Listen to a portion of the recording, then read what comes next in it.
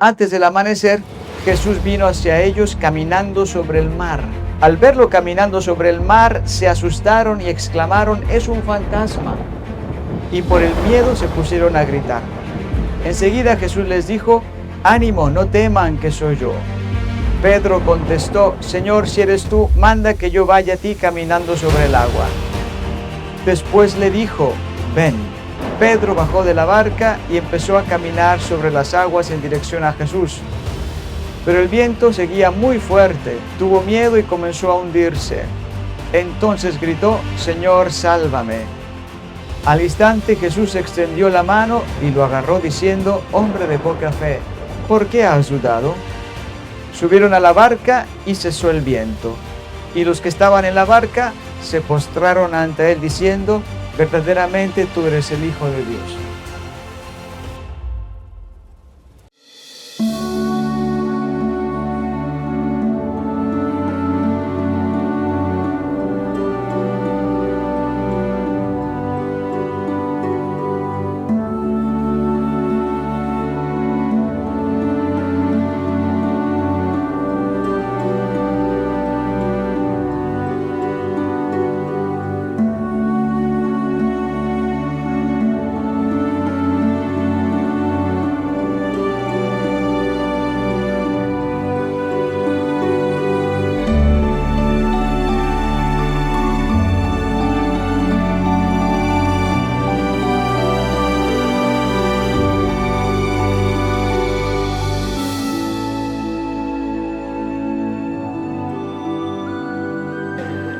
Bueno, miren, vamos a ver aquí un poquitín esta fuente interesante. ¿Llegamos todos? ¿Nadie se nos fue por otro lado?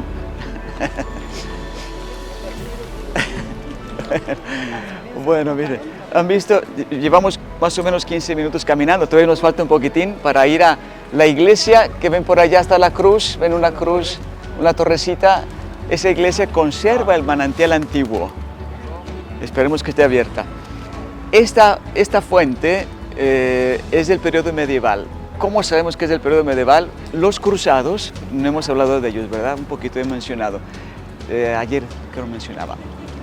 Este movimiento de las cruzadas lo organizó la Iglesia Católica, el Papa Urbano II en 1095, con el lema de Dios lo quiere, organizar las cruzadas, expediciones militares para venir a Tierra Santa y liberar Tierra Santa, los lugares santos, de manos musulmanas.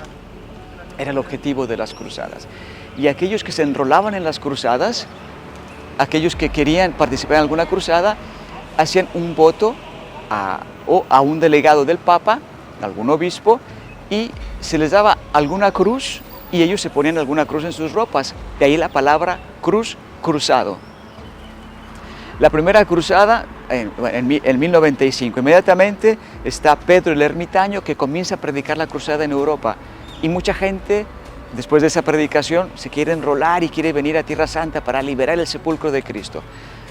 Es 1095. En el 1009 el Santo Sepulcro había sido destruido completamente en Jerusalén, completamente. Un sultán llamado Al-Hakim, el loco, él destruyó completamente el Santo Sepulcro. Pero hasta 1095 se organizó la primera cruzada. Y se enrolaron niños, gente del pueblo, llamada la Cruzada de los Pobres. Esa no llegó hasta acá, porque donde está Constantinopla, la antigua Constantinopla, Estambul, en esa zona, el estrecho del Biosforo, ahí los mataron a todos los musulmanes. Después se organizó otra cruzada que se le conoce como la primera cruzada, organizada por la nobleza. Godofredo de Bouillon, el heredero de la Baja Lorena, Francia, es la Lorena francesa, es una región de Francia. Él era el heredero de esa zona. Godofredo y su hermano Balduino organizaron esta cruzada ya con la nobleza y ellos lograron conquistar Jerusalén en el año 1099. Y empieza el periodo cruzado aquí en Tierra Santa. Y en ese periodo su construcción, parte de esa construcción todavía persiste. En pequeñas construcciones o grandes construcciones, iglesias, conoceremos algunas iglesias cruzadas de la época medieval. Esta fuente es de ese periodo, porque la construcción medieval típicamente son arcos a punta. Sí, los arcos a punta, como este. ¿Sí? Tiene un arco a punta. Ha sido restaurado con el tiempo, ¿sí? Y es ese periodo. Aquí venía el manantial que iríamos a visitar, el manantial original, donde nace, en un tiempo venía a parar aquí, donde la gente era la fuente pública aquí. ¿Sí? Incluso hasta hace poco hay fotografías de 1900, por ejemplo, fotografías antiguas de Nazaret de 1900, donde se ven las fotos, vemos en las fotos camellos, gente, hombres, mujeres, aquí en el manantial, en la fuente. ¿Sí? Funcionaba todavía. Ya no funciona, ya no llega el agua para acá, pero esta estructura con este árbol es el logotipo de la ciudad de Nazaret, hoy por hoy. ¿Sí? De esta ciudad, el logotipo en los sellos postales, sellos oficiales de la ciudad de Nazaret, este es el logotipo. Y un ejemplo lo veremos en el alcantarillado. Ahora que pasaremos por uno, verán el logotipo de la ciudad de Nazaret, que no es la basílica, sino más bien es la fuente. ¿Sí? La Virgen María, en su tiempo no existía esta estructura. La Virgen María iba donde nace el manantial. Donde iremos ahora hay una iglesia allí, una iglesia griego-ortodoxa, y vamos a ir para allá. Y pasando por aquí,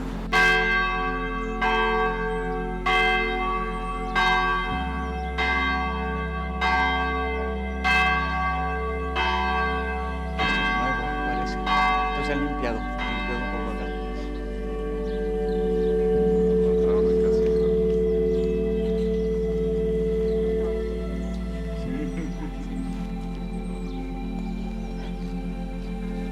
Bienvenido, Casimiro.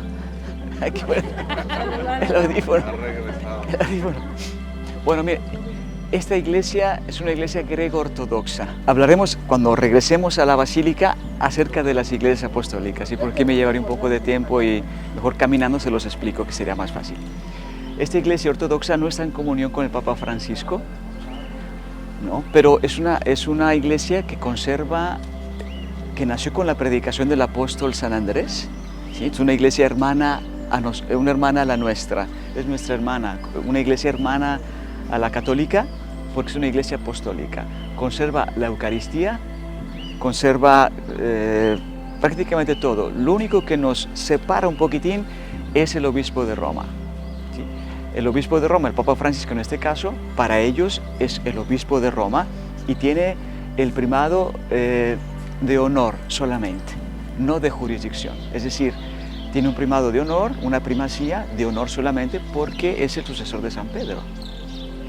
Pero no tiene un primado de jurisdicción, es decir, si el Papa quiere intervenir en alguna iglesia ortodoxa, no lo puede hacer, porque son iglesias autónomas. La iglesia ortodoxa es autocéfala, es decir, el obispo de Jerusalén, griego ortodoxo, no depende del obispo, del patriarca, tiene este título, de Constantinopla, Bartolomé I. ¿Sí? El obispo Bartolomé I, que es un patriarca, tiene ese título, patriarca. Él cuando, por ejemplo, emana un documento, como lo que ha hecho ahora el Papa Francisco con Humanas Infinitas, Dignidades Infinitas, cuando el Papa emana un documento es para todos los católicos de todo el mundo. Bartolomé I, que es como un papa, como un patriarca, un obispo, si él emanase un documento para toda su iglesia, pues no, si el patriarcado de Jerusalén dice no, pues yo no lo acepto, no lo acepta. Si no se aceptaría aquí en el patriarcado de Jerusalén. Es una iglesia autocéfala, es decir, depende del obispo, en este caso aquí del obispo de Jerusalén, del obispo griego, están en comunión con el obispo de Constantinopla, Bartolomé I, pero no es diferente a nuestra iglesia. La iglesia católica, el Papa Francisco tiene autoridad sobre todos los católicos de todo el mundo. Están en la India, en Japón, en Nueva Zelanda, por allá, hasta acá, el Papa Francisco. Es lo que nos difiere un poquitín de esta iglesia.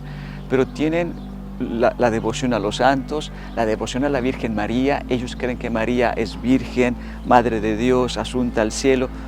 Todos los dogmas ellos los creen también. O sea, los dogmas marianos, las verdades de fe, ellos también creen en la presencia de Jesús, Eucaristía, en fin. Es una iglesia apostólica la nuestra, no es una secta.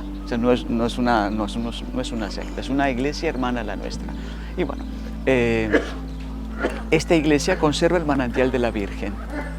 Entonces imagínense de la Virgen María desde su casita, que todavía no la conocen, la conoceremos, hasta acá ya habrá hecho 20 minutos caminando. Y ahora agarra el cántaro y se va a su casa. La mujer judía era su tarea, una de sus tareas, venir al agua, venir a la fuente por el agua. Y el Evangelio de Lucas, interesante, cuando nos habla sobre el tema de la anunciación, nos presenta todo el hecho de la anunciación en Nazaret, no en la fuente. ¿Por qué les digo esto? Porque hay un texto que no es canónico, se le conoce con un texto de nombre apócrifo. Apócrifo quizás hoy por hoy se le conoce como falso, pero en su sentido original apócrifo no significa herético tampoco, significa oculto, no inspirado. Y quedémonos con ese significado mejor, ¿sí? Hay documentos fuera de la Biblia, apócrifos, que son heréticos. Por ejemplo, el Evangelio de María Magdalena, el Evangelio de Judas, el Evangelio de Felipe, porque son de un movimiento, de una corriente judeo-cristiana llamados gnósticos. Los gnósticos decían, la fe no la necesitas, basta que tú con tu conocimiento entiendas, comprendas, eso te basta. Los gnósticos que habían hecho esos documentos, esos evangelios, el Evangelio de María Magdalena y todos esos que les mencioné. Entonces, pero hay documentos apócrifos que no son heréticos. Por ejemplo, el protoevangelio de Santiago, que quizás lo habrán escuchado. El protoevangelio de Santiago, protoevangelio, antes de los hechos antes del evangelio. Este protoevangelio resale al año 150. Está en internet, se puede leer. No sé si en el libro, creo que en el libro que leyó la agencia, creo que ahí está también el protoevangelio de Santiago, ¿verdad, Fabi? Me parece que ahí está. Se puede leer. Ese evangelio la iglesia lo ha usado por diferentes motivos. Incluso hoy, por ejemplo, tenemos una memoria en la iglesia el 22 de noviembre. Me parece que es ese día la presentación de la Virgen María al templo. Me parece que es ese día de noviembre, si no me equivoco. 20 o 22 de noviembre, me parece. ¿De noviembre? La presentación de María al templo. ¿De dónde lo hemos tomado? De ese documento, del protoevangelio de Santiago. Los papás de la Virgen María, ¿cómo se llamaban? Ana y María. ¿Y de dónde lo sabemos? El evangelio no lo dice. Del protoevangelio de Santiago. De ahí lo sabemos. Ese documento, les digo, no es herético. ¿Cuál Santiago lo escribió? Protoevangelio de Santiago. Quizás existía en ese momento la pseudoepigrafía, es decir, yo hago un documento, le pongo el nombre de algún personaje importante, algún apóstol, y adquiere autoridad. ¿Sí? El protoevangelio de Santiago. Quizás ninguno de los Santiagos que conocemos, de los apóstoles, o Santiago el Justo, obispo de Jerusalén, lo escribió. Pero bueno, es un Santiago o alguna persona, para ponerlo, algún personaje importante para que tuviera autoridad. Ese documento dice, cuanto se refiere a este lugar, dice el texto, por esos días la Virgen María tomó su decisión y fue a la fuente de la Virgen, fue al manantial por agua, y estando aquí en el manantial, escucha la voz de un hombre que le dice, alégrate, María. María, la Virgen María, asustada porque escucha la voz de un hombre, agarra su cántaro y se va a su casa. ¿Ven ese mosaico que ven ahí en la pared? Algo así dice el texto, y basta leerlo como lo dice literalmente el texto. Yo les dije un poquito quizás con algo de fantasía mía. Pero algo así, el proto Eduardo. El protoevangelio de Santiago. ¿Cómo le dijo el hombre a María? Sí, cuando la Virgen María, dice el texto, viene a la fuente por el agua, escucha la voz de un hombre y le dice, alégrate, María. Alégrate. Que el texto de Lucas también le dice así, alégrate llena de gracia. Entonces, este documento, protoevangelio de Santiago, nos presenta el momento de la anunciación aquí. Un primer saludo de la Virgen aquí en la fuente, cuando la Virgen escucha la voz de un hombre. Recuerden que los hombres no vienen a la fuente, es tarea de la mujer. María agarra el cántaro y para su casa. Y en su casa el ángel le dice todo lo demás, le cuenta, le da todo el resto de la noticia. Es un texto apócrifo, repito, no es herético, es más bien, no es falso tampoco, como lo entendemos la palabra apócrifo, sino que más bien no es inspirado y nunca perteneció al canon de los evangelios. ¿Más fantasioso?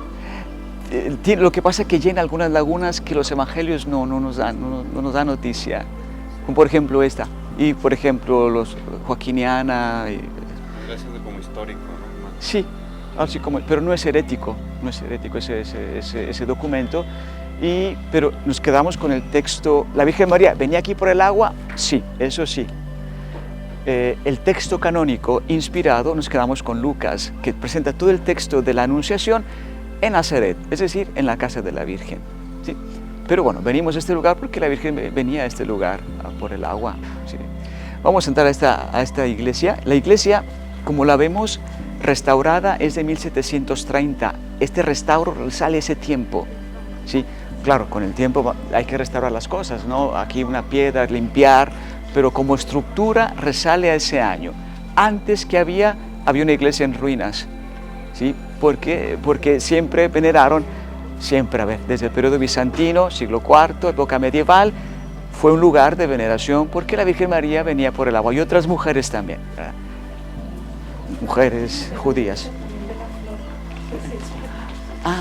Es verdad, miren, interesante. Recuerden, esta decoración es antigua porque lo hemos visto en una sinagoga del primer siglo y después en la sinagoga del cuarto siglo en Cafarnaum.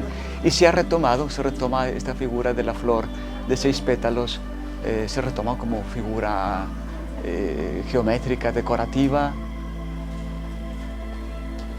Bueno, vamos a entrar. No, Father. Vamos a entrar. Están rezando, vamos a entrar en silencio. ¿Sí? Con cuidado, es que le pensé.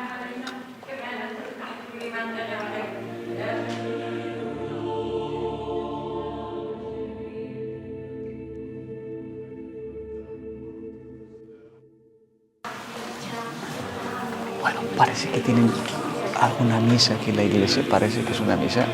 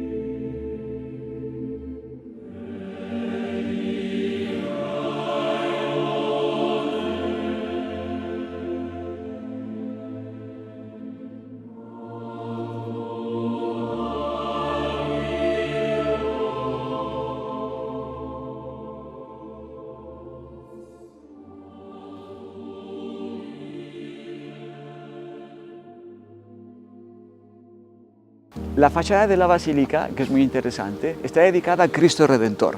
Y lo vemos allá en la estatua de bronce y esta puerta principal que nos habla de la vida de Jesús, desde su concepción, aquí, en su encarnación en Nazaret, toda su vida, donde nace, el de Egipto, después cuando aprende el oficio de su papá, de San José, el bautismo, la predicación, la muerte y su ascensión, ¿sí? Que fue la muerte, resurrección, ascensión, fue en Jerusalén, pero es la puerta de bronce que nos habla de la vida de Jesús. Las otras puertas de bronce nos hablan de la historia de la salvación.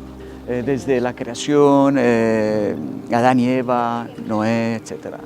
Y la fachada toma dos textos del Antiguo Testamento que nos hablan de la encarnación. El texto que tenemos acá, a su izquierda, de Génesis capítulo 3, y el Señor le dijo a la serpiente, ella tu cabeza aplastará, mientras tú tratarás de morderle su talón. Y el texto de Isaías 7:14, he aquí que la Virgen, es importante decir, la Virgen, el texto griego de Isaías habla de una virgen concebirá. El texto en hebreo no dice virgen, dice una muchachita joven.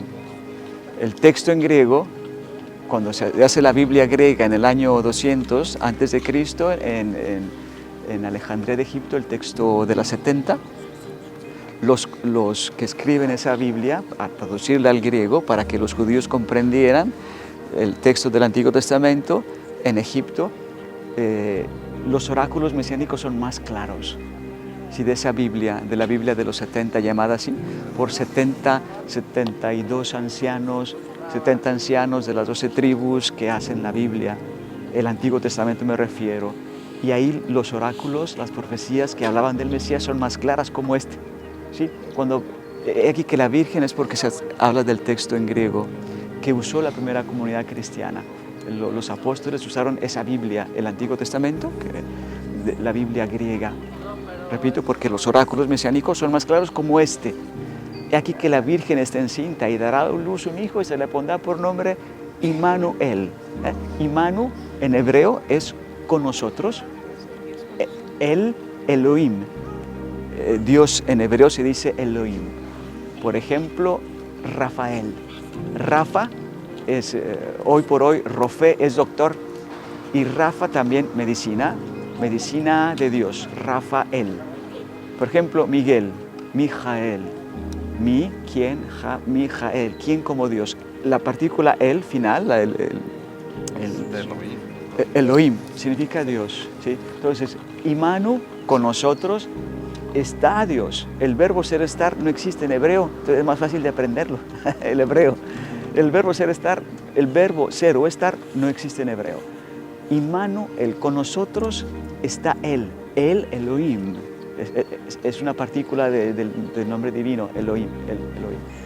Bueno, aquí que el tema que la Virgen esté encinta es la señal divina. Que una muchachita esté encinta, pues no es una señal divina. Cualquier muchachita que esté casada puede estar encinta en ese momento, ¿no? Entonces, que una muchachita esté encinta, una muchacha joven, no es una señal divina, no sé si me siguen. Que una virgen esté encinta, a ver, eso ya es sobrenatural.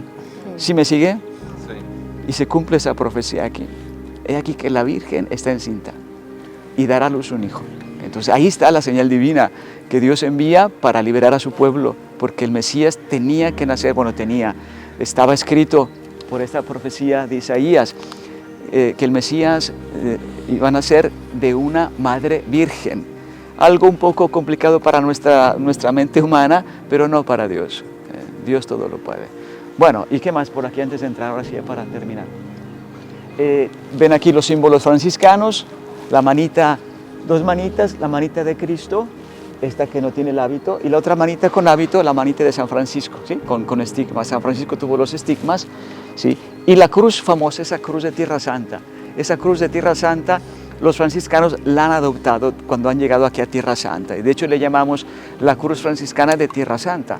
Y está en diferentes edificios que pertenecen a la custodia franciscana aquí en Tierra Santa. Incluso en México, la comisaría de Tierra Santa en México tienen este símbolo. Esta cruz, en la época medieval, se le llamó la cruz de Jerusalén.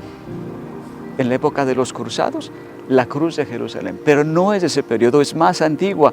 Y lo sabemos porque la vamos a ver aquí. Es un periodo, esta cruz, su nombre, digamos lo original, su nombre más antiguo, es cruz cósmica. Acuérdense, cruz cósmica. La cruz grande simboliza la redención de Cristo que llega a los 4 puntos cardinales. Ustedes lo ven ahí, yo lo veo ahí también en la reja está, por eso lo veo yo ahí también, pero ustedes lo ven acá también. Sí, la redención de Cristo que llega a los 4 puntos cardinales, es decir, a todo el cosmos. Por eso de ahí cruz cósmica. Cuando escuchemos hablar escalera cósmica, cruz cósmica, esto es de mentalidad judeo-cristiana. Lo sabemos por los padres antiguos, los padres apostólicos, que después ya hablaremos un poco de ellos. ¿Sí? Cirilo de Jerusalén, el obispo, que fue obispo de Jerusalén, siglo IV, ya hablaremos un poco más en la otra iglesia de San José. Entonces, esto de cosmos, escalera cósmica, cruz cósmica, es de los judíos cristianos, de los nazarenos, que conservaban aquí las memorias. Y esta cruz cósmica, pues, la veremos allá adentro, en un pavimento antiguo, que resale probablemente al año 300 o un poquito antes de la basílica del año 427, porque lo veremos aquí. Por eso decimos que es un símbolo muy antiguo de los cristianos locales, la cruz cósmica. Para la decoración de aquí del atrio de la Basílica de Nazaret han regalado, o mosaicos o cerámicas con diferentes advocaciones de la Virgen María, como se venera en esas partes del mundo. México tenemos un mural en la Basílica Superior de la Virgen de Guadalupe, pero por ejemplo Malta, Italia ha regalado varios mosaicos. Polonia ha regalado varios mosaicos, cerámicas. Malta, Corea, Italia, la Virgen de las Lágrimas, Alemania, Rusia, Chile, Croacia, España también tiene varias, Lituania, otra vez España, la Virgen patrona de las Canarias, las Islas Canarias, en fin, varios países han regalado. ¿Son diferentes vestimentas de la Virgen en su país? Sí, como veneran a la Virgen María en esos países. Y la fachada del sur de la Basílica de Nazaret, esta fachada está dedicada a María adolescente. Según el protoevangelio de Santiago, que ya lo conocen, al menos ya lo han escuchado, el protoevangelio de Santiago menciona que la Virgen María tenía 16 años cuando dio a luz a su hijo. Era una adolescente todavía, ¿no? Por eso aquí representan a María adolescente. Y está el texto del Salve Regina. ¿Se los saben cantado? ¿No? ¿Lo cantamos? Ah, bueno, se lo cantamos. 1, 2, 3. Salve Regina, Mater misericordiae, vita dulcedo, et spes nostra salve. A te clamamus, exules filii Eve, a te suspiramus, gementes et flentes, in ac lacrimarum vale. Ella ergo, advocata nostra, y los tuos misericordes oculos, ad nos converte. Et Jesum benedictum fructum ventris tui, nobis pos hoc exilium ostende. O clemens, o pia, o dulcis Virgo María. Bravo, amén.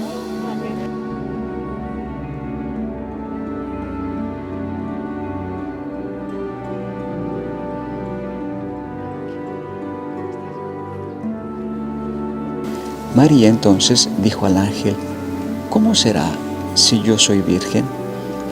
El ángel le contesta: el Espíritu Santo descenderá sobre ti, y el poder del Altísimo te cubrirá con su sombra.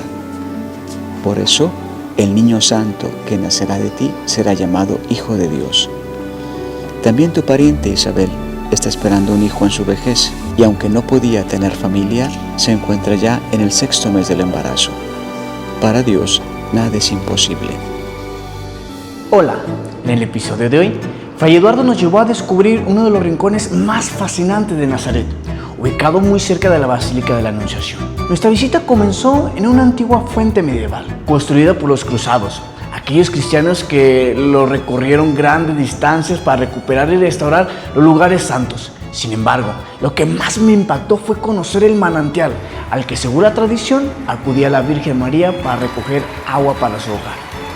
Más tarde, regresamos a la Basílica de la Anunciación, el santuario católico más grande de todo Medio Oriente. Descubrimos el significado de su impresionante fachada, de sus puertas, y admiramos las numerosas advocaciones marianas representadas en su exterior, provenientes de distintos países del mundo.